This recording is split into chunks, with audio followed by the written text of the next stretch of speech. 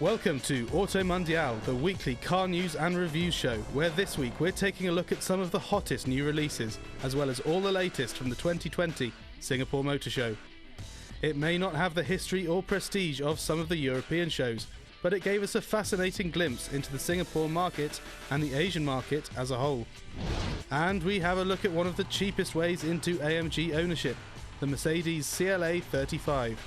A curvier four-door coupe version of the A-Class. Is this the baby AMG to go for? All that is still to come. First though,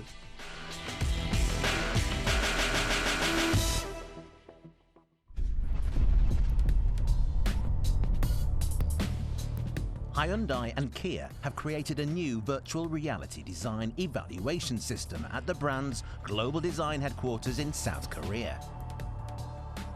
Created to streamline the design and development process, the headset allows designers and engineers to see their creations in front of them, full scale. The brands estimate that it could reduce vehicle development times by 20% and annual development costs by up to 15%. The impressive technology comes as part of a $13 million investment in the Nanyang R&D Center and allows up to 20 users to simultaneously work on a project. The system simulates interior and exterior design elements, lighting, colors and materials, and even virtual environments themselves. Hyundai has already been busy putting the system to work with its recent Neptune truck concept, while Kia is also beginning to try it out. There are also plans to establish remote VR capabilities, allowing designers from around the world to virtually collaborate at the same time.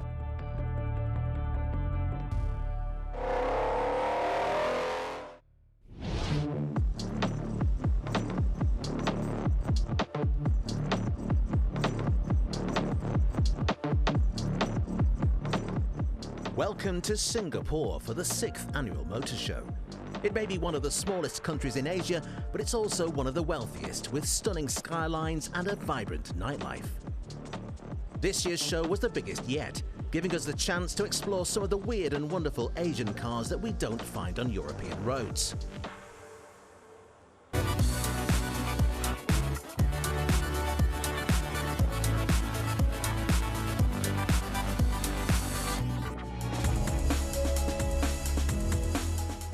Many of the stands are set up and paid for by local dealers, like Sebastian Tan of Wen's Automotive. This is also the biggest motor show so far. This time around with level 4 and 6, usually just one level. Singapore is quite a unique market. Unlike most markets, the premium markets are sort of the most sought after market in the local context, relatively because of the hefty certificate of entitlement that the consumer has to purchase before registering a car. So that certificate sort of like ranges from like $40,000 to $50,000, $60,000. So a lot of times when people bid for this, the certificate entitlement of the COE, we call it in short, they'll usually put it on a premium car than a mass car, but it goes the same way. To buy a new car in Singapore, you must possess a Certificate of Entitlement, or COE, which allows you to own and run a car for up to 10 years. Potential car buyers bid for a COE, making local prices seem pretty crazy. As a result, most are after cheap, reliable Japanese cars.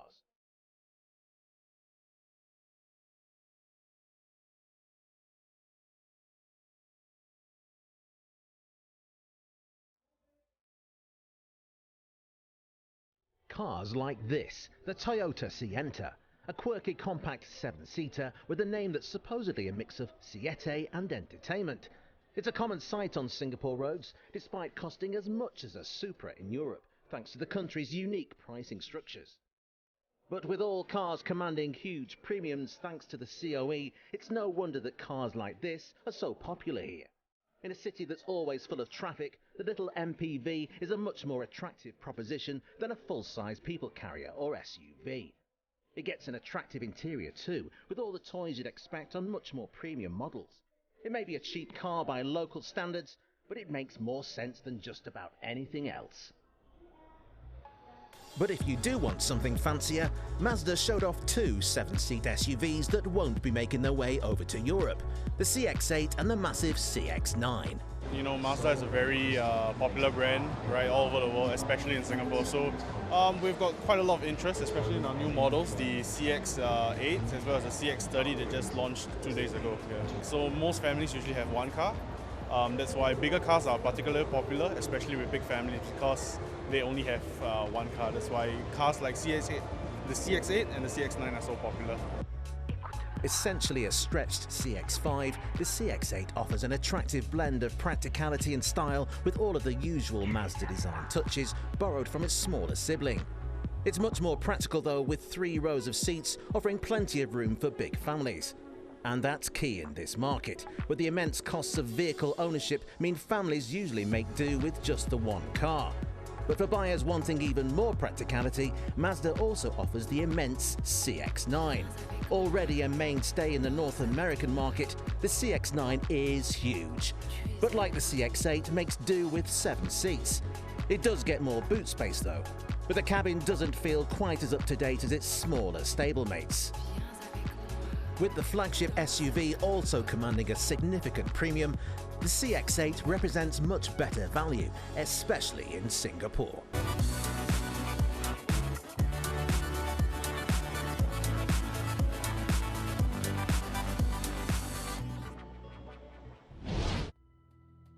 Originally, sports utility vehicles were intended to combine the off-road capabilities of a truck with the comfort and performance of a family saloon.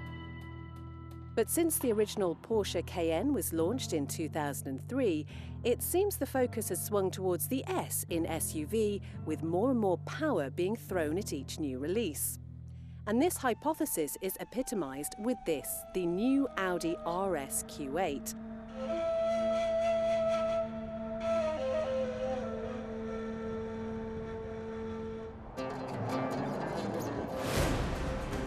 Simply put, it's the most expensive RS model Audi has ever produced.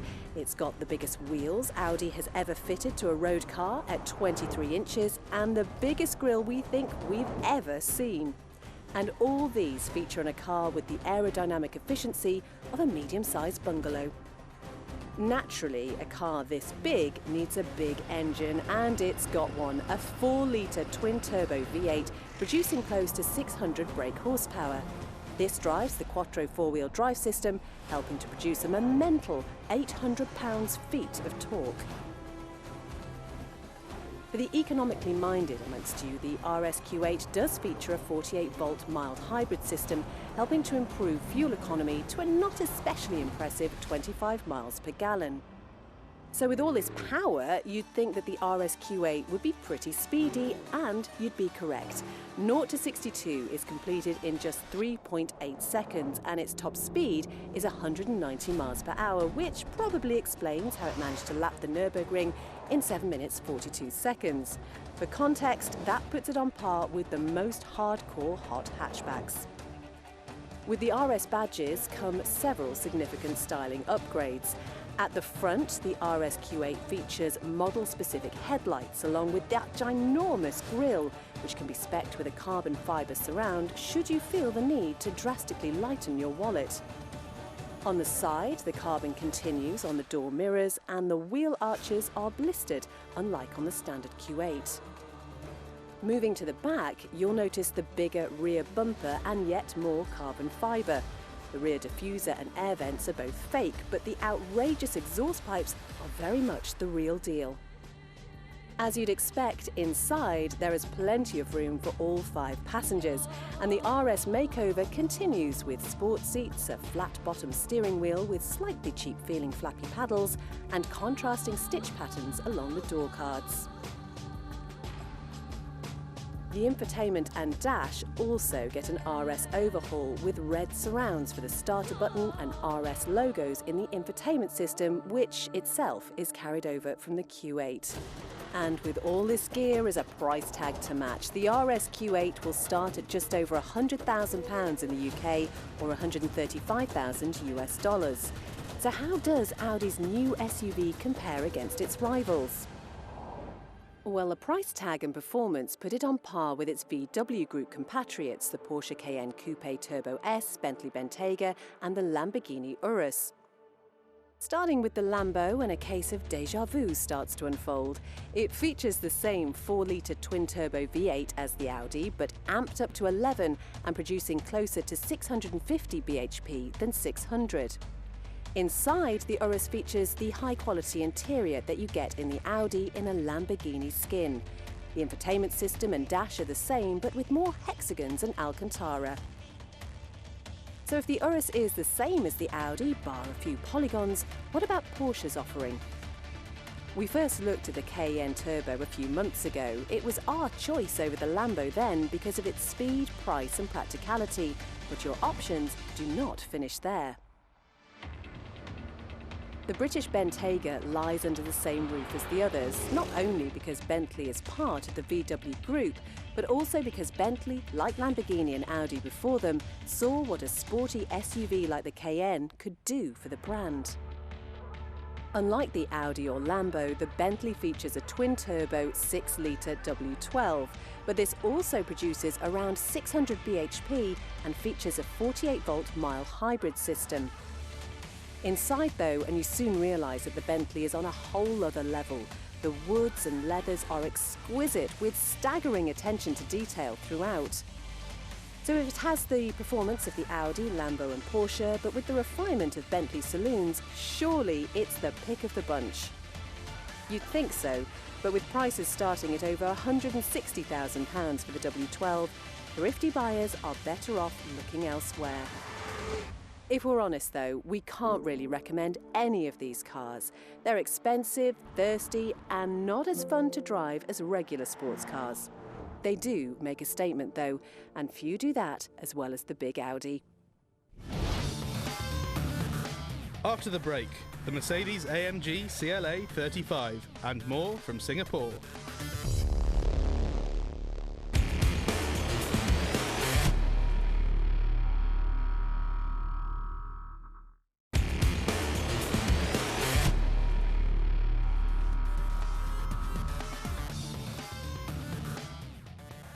Still to come, more highlights from Singapore. But first,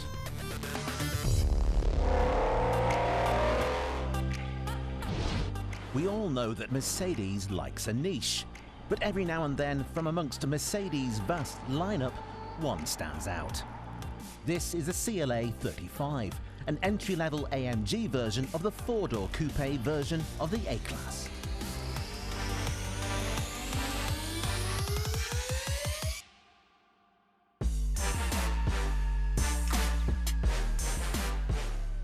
Sitting below the monstrous CLA 45, this somewhat more sensible version makes do with less power. But is this entry point into a Falterbach ownership worthy of its AMG badge? Well, the entire drivetrain has been carried straight over from the A35, Mercedes' answer to the Volkswagen Golf R, meaning it gets a turbocharged 2-litre engine producing 306 brake horsepower. As a result, it feels properly quick, despite its low position in the AMG rankings. 0 to 62 miles per hour takes just 4.9 seconds thanks to the immense amounts of grip provided by the all-wheel drive system, giving you the confidence to really lean on it through the corners. Its diminutive size and responsive steering help you keep some serious momentum, while the optional adaptive suspension offers a surprisingly comfortable ride, even in its firmest setting. Sadly though, like the regular A35 hatchback, the noise is a little disappointing. It sounds sporty, but it isn't a particularly nice sound when compared to the unhinged 45 version. This though is an altogether more sensible everyday option. 90% of the time, it's as docile and relaxing as a regular CLA. But every now and then, when the mood strikes and the road is clear, it can squat down and fire you towards the next corner at sensational speeds. But whether you're out for a blast or just on your commute, the CLA 35 remains a wonderful place in which to find yourself. It gets a bit more standard equipment than the hatchback version, like the 10.25-inch central infotainment screen and sport seats. Otherwise, it's a standard A-Class interior with the gorgeous turbine air vents and fancy interior lighting. It really is like stepping into a baby S-Class, with gorgeous materials throughout and a real sense of quality. But it's on the outside where you'll notice the obvious differences from the hatchback. It's longer, with a dramatic sloping roofline reminiscent of the bigger CLS. But while it may look rakish and on-trend, it does reduce the headroom for rear passengers, and it can be a bit of a pain to get in and out of. Rather confusingly, there is also an A-Class saloon to fill yet another niche within the baby Benz's lineup. But our favourite version is this, the shooting brake. Effectively just an estate version, it offers all of the 35's performance, but with an extra dose of practicality thanks to its big boot. However, the soon-to-be axed Golf R is also available as an estate. Like the CLA, the Golf makes use of a turbocharged 2-litre engine. However, since the WLTP regulations came in, power is down to 296 brake horsepower. That's still plenty of grunt in a Golf though, and as such the R sprints from 0 to 62 miles per hour in just 4.7 seconds, fractionally quicker than the Mercedes. Inside though, the Golf simply can't match the CLA's sense of occasion. It's beautifully built, but it's simply not as stylish or luxurious. But with the new Mark 8 Golf due to hit showrooms any minute now, VW has confirmed that we can expect a new Golf R before the end of the year. For now though, the outgoing car is still a great buy. The performance is deeply impressive, and its classless image is a real selling point for many more discreet buyers. The Mercedes CLA though is as much about head turning as it is about neck snapping. It's a great looking car, and for the fashion conscious, the small premium over the hatchback is certainly worth it. And happily, it doesn't feel like the A45's poor relation, but instead a genuinely capable, marginally slower, cheaper alternative. Us though, we'll take the shooting brake.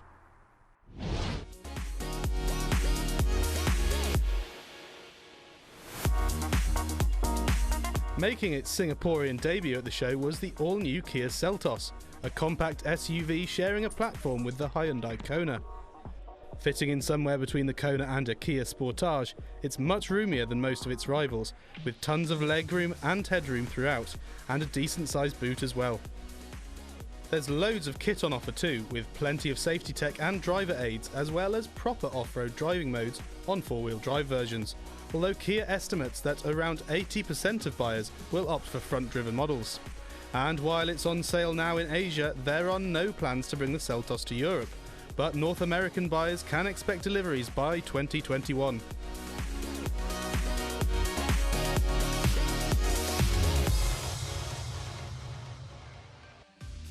Another car that caught our attention was this, the BYD Songmax EV. Hailing from the other side of the South China Sea, you might not have heard the name before, but BYD is in fact the biggest EV manufacturer in the world. BYD stands for Build Your Dream, and the Chinese brand seems to have achieved that, if your dream happens to be a bargain basement electric people carrier. It's far from the fanciest thing we saw, and the build quality was questionable at best, but it had all the mod cons you'd expect from any European or Japanese equivalent. Also on display at BYD was the E6, a 5-seat electric crossover with the blandest styling we've ever seen. Things don't get much better inside, with incredibly cheap-feeling plastics throughout. However, it's inexpensive and spacious, and round here, that matters more than anything else. Yeah, BYD is our latest member, in fact. Okay, it's a very popular electric. Yeah, and in Singapore itself, we are very much electrified. Yeah, so many other competitors are also going into electric models. But it wasn't just Asian cars on display at Singapore. European manufacturers are also branching out into Southeast Asia, with Peugeot displaying its range of SUVs. Okay, those days when Continental car wasn't that popular, okay, those were the days. Yeah, I mean, things have changed, and we have got like many Continental cars who are actually doing better as well over the years. Making its Asian debut, the new 2008 looked as stylish as any other of the brand's current models, with sharp angles, fang-like daytime running lights, and a wonderful, if slightly unergonomic interior. The new Land Rover Defender was pulling in the crowds as Skoda showed off the new Scala. More premium European brands like Porsche also had big stands, with the 935 racing car stealing the limelight from the new 911. MG had a range of cars on display, including the new ZS EV. Co-designed between Britain and China, the little electric SUV aims to bridge the gap between the European and Asian markets with contemporary styling and class-leading practicality. It's priced well too, and we can see it selling well both in the UK and China. We're not sure the same can be said for the Rowway though.